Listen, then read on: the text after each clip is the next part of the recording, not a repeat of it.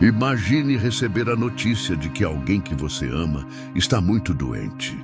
E saber que existe uma única pessoa capaz de curá-lo. Você manda chamar essa pessoa com urgência. Implora para que venha rápido, mas ela demora. E quando finalmente chega, é tarde demais. O enterro já aconteceu. O luto já tomou conta da casa. O choro parece não ter fim. Foi exatamente isso que aconteceu com Maria e Marta, duas irmãs que moravam na pequena vila de Betânia. O irmão delas, Lázaro, estava gravemente doente. Elas conheciam Jesus pessoalmente. Ele já tinha curado cegos, feito paralíticos andarem, expulsado demônios. Então, para elas, havia esperança. Bastava ele chegar a tempo. Mas Jesus não veio imediatamente. E aqui começa um dos momentos mais marcantes e surpreendentes de toda a Bíblia. Um milagre tão grandioso que até hoje inspira fé e esperança em milhões de pessoas. Uma história registrada no Evangelho de João, capítulo 11, que nos mostra que para Jesus nunca é tarde demais. Se você já viveu momentos em que parecia que tudo estava perdido, se já olhou para uma situação e pensou, não tem mais jeito, essa história é para você. Porque o que Jesus fez em Betânia há mais de 2000 anos pode mudar a forma como você enxerga cada problema, cada lágrima e cada esperança que parece ter morrido. Fique até o final da história e você irá ver que o impossível não tem prazo de validade, basta crer. Mas antes, deixe seu like, se inscreva em nosso canal e ative o sininho para receber mais vídeos como este. Os três irmãos. Betânia era uma pequena aldeia, situada a poucos quilômetros de Jerusalém. Um lugar simples, de ruas estreitas e casas modestas. Ali viviam três irmãos muito queridos, Lázaro, Maria e Marta, e eles tinham algo especial. Não eram apenas conhecidos de Jesus, eram amigos próximos. O Evangelho de João deixa isso claro. Ora, amava Jesus a Marta e a sua irmã, e a Lázaro, João 11:5. Não era um relacionamento distante, formal, era intimidade verdadeira. Jesus já havia visitado aquela casa, compartilhado refeições, conversado e rido com eles. Lázaro não era apenas mais um no meio da multidão. Era alguém por quem Jesus tinha afeto. E talvez seja isso que torna essa história ainda mais intrigante.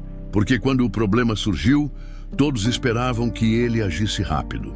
Maria e Marta sabiam quem ele era. Tinham visto e ouvido sobre milagres extraordinários. Um cego de nascença que passou a enxergar, João 9.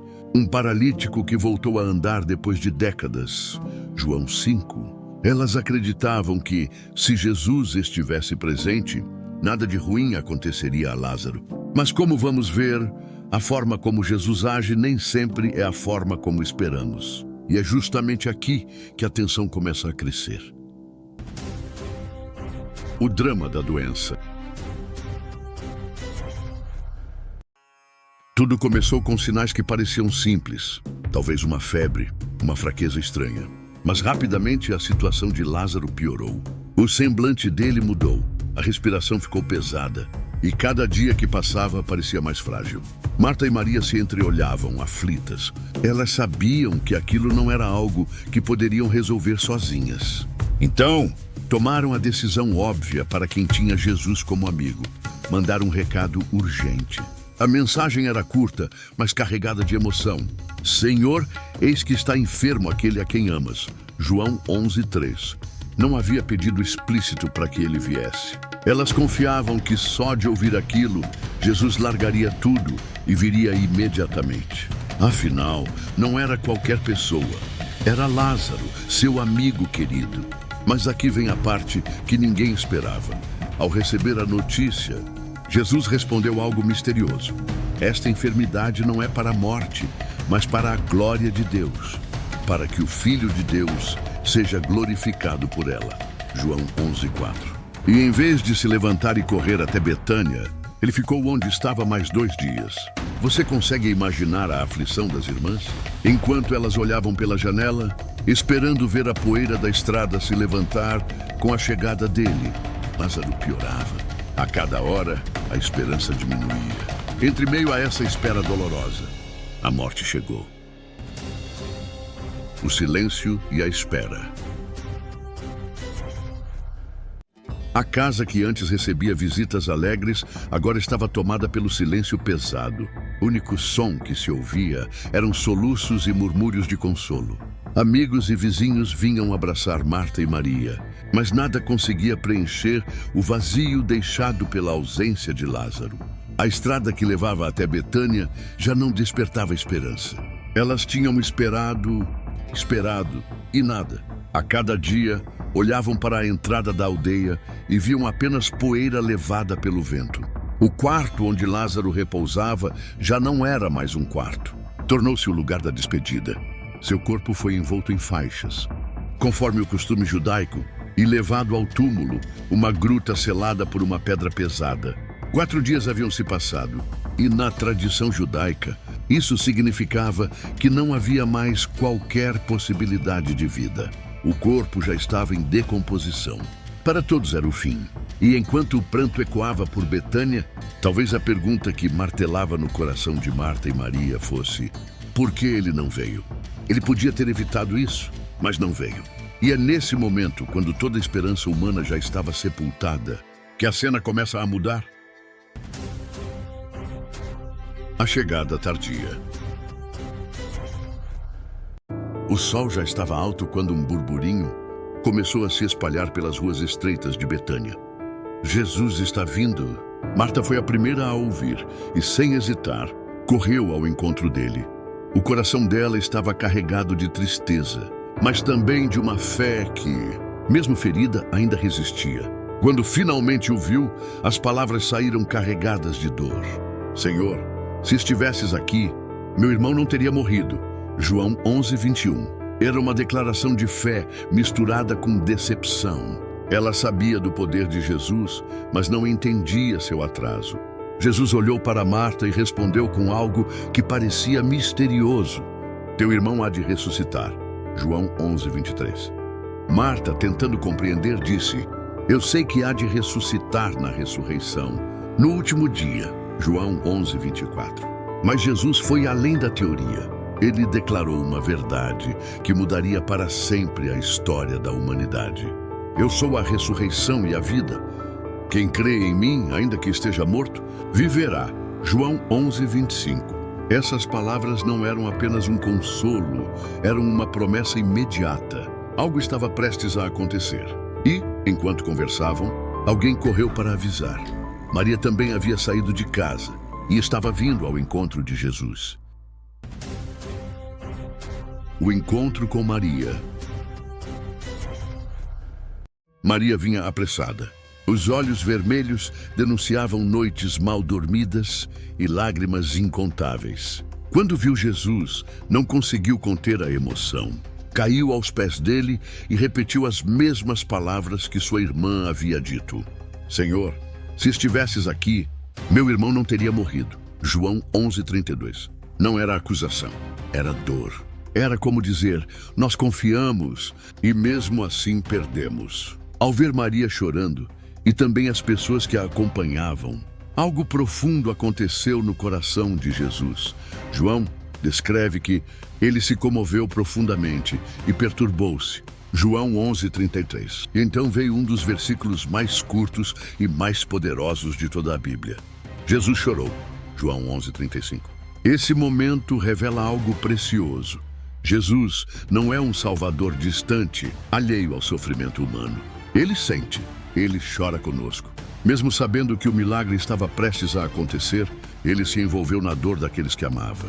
Os judeus que estavam presentes comentavam: vede como o amava. João 11:36. Outros, porém, questionavam: não podia ele, que abriu os olhos ao cego, fazer com que este não morresse? João 11:37. Era um misto de fé e dúvida pairando no ar. Mas Jesus sabia exatamente o que faria a seguir. E foi então que ele pediu para ser levado até o túmulo. O milagre anunciado.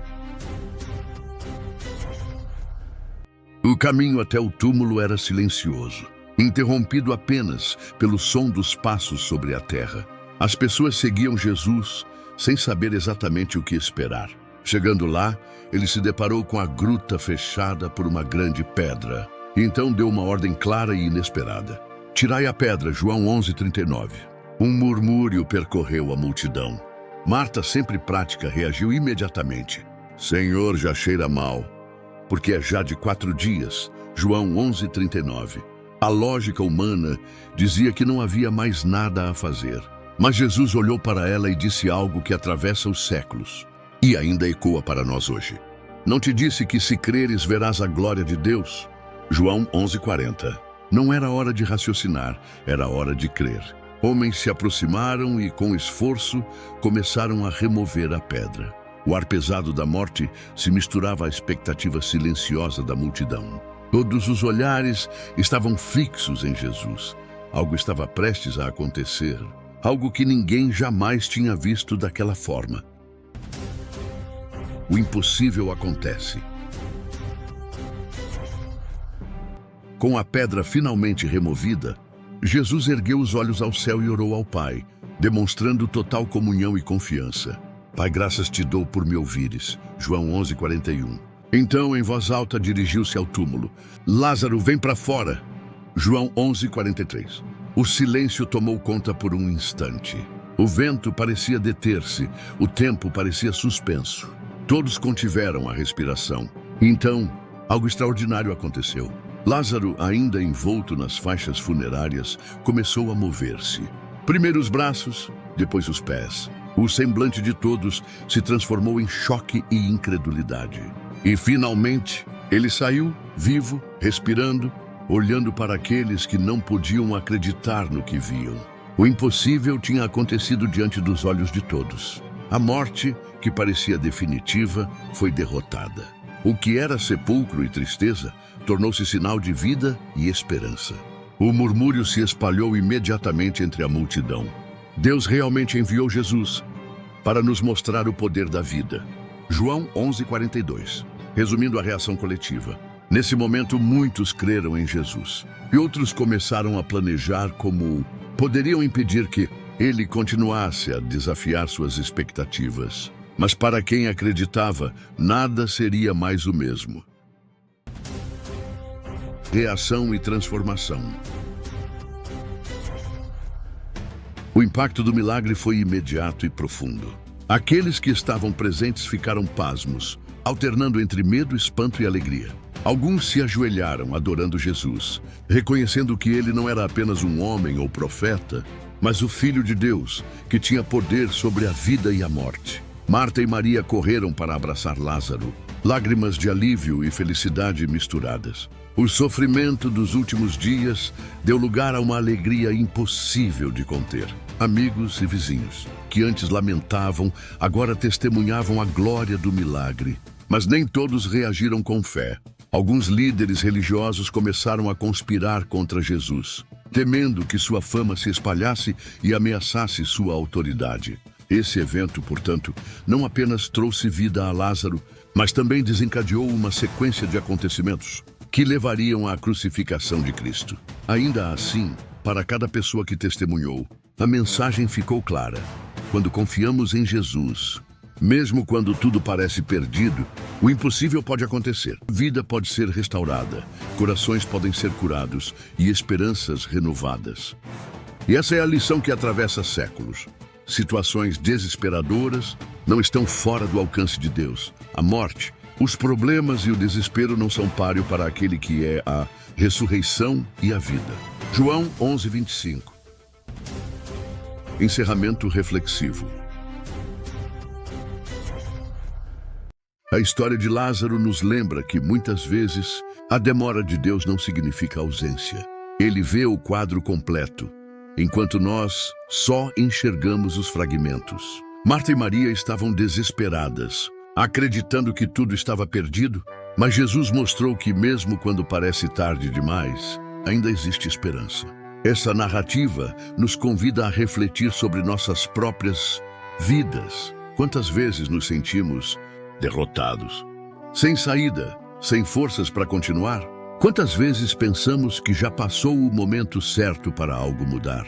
Assim como Lázaro, Muitas situações parecem sepultadas, mas Deus tem o poder de trazer vida onde só existe morte. O mais incrível é que o milagre de Lázaro não foi apenas sobre ressurreição física. Ele é um símbolo eterno de transformação, fé e esperança. Jesus nos ensina que o impossível não tem prazo de validade e que cada momento de tristeza pode se tornar um testemunho de glória e renovação. Então, sempre que olhar para um desafio aparentemente insuperável, lembre-se: eu sou a ressurreição e a vida. Quem crê em mim, ainda que esteja morto, viverá. João 11:25. E com isso, você descobrirá que nunca é tarde demais para o impossível acontecer.